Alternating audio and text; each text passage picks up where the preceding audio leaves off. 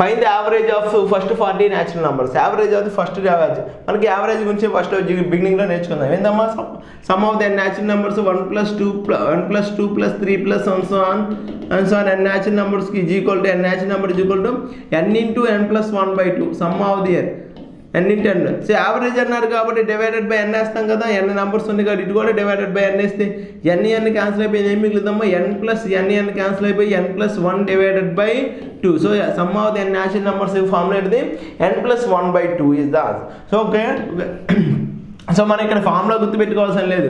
ఓకేనా, సింపుల్గా ఆన్సర్ వేసుకుంటే సరిపోతుంది. 40 నెంబర్స్ ఉంది. 40 నెంబర్స్లో యావరేజ్ ఈక్వల్ మిడిల్లో ఉండాలి. అంటే మొత్తం 40 నెంబర్స్లో ఇటువైపు 19 ఇటువైపు 19 తీసేసామనుకోండి. తర్వాత ఏ నెంబర్స్ ఉంటాయమ్మా?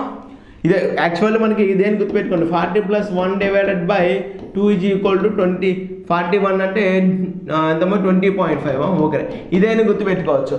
లేదు సార్ అంటే మనకి 40 నెంబర్స్ ఎలా ఉంటాయి? 1 2 3 and so on 19 20 21 22 and so on 40.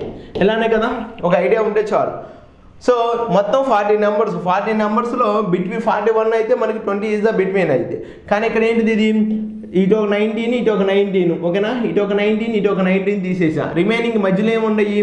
20 and 21 ఉన్నాయి కదా.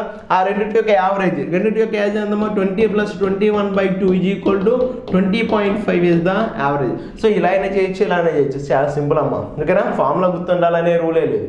ఓకేనా, గుర్తుంటే ఫార్ములా లేదనుకుంటే ఒక number suppose the average of 90 natural numbers అన్నారు. 90 న్యాచురల్ నెంబర్స్ అన్నారు. మొత్తం ఎన్ని ఉంటాయి? 45 45. అంటే 44 తీసేస్తే అంటే యావరేజ్ ఏమైంది? 45, 46/2 ఈజ్ ద యావరేజ్. అంతే సింపుల్.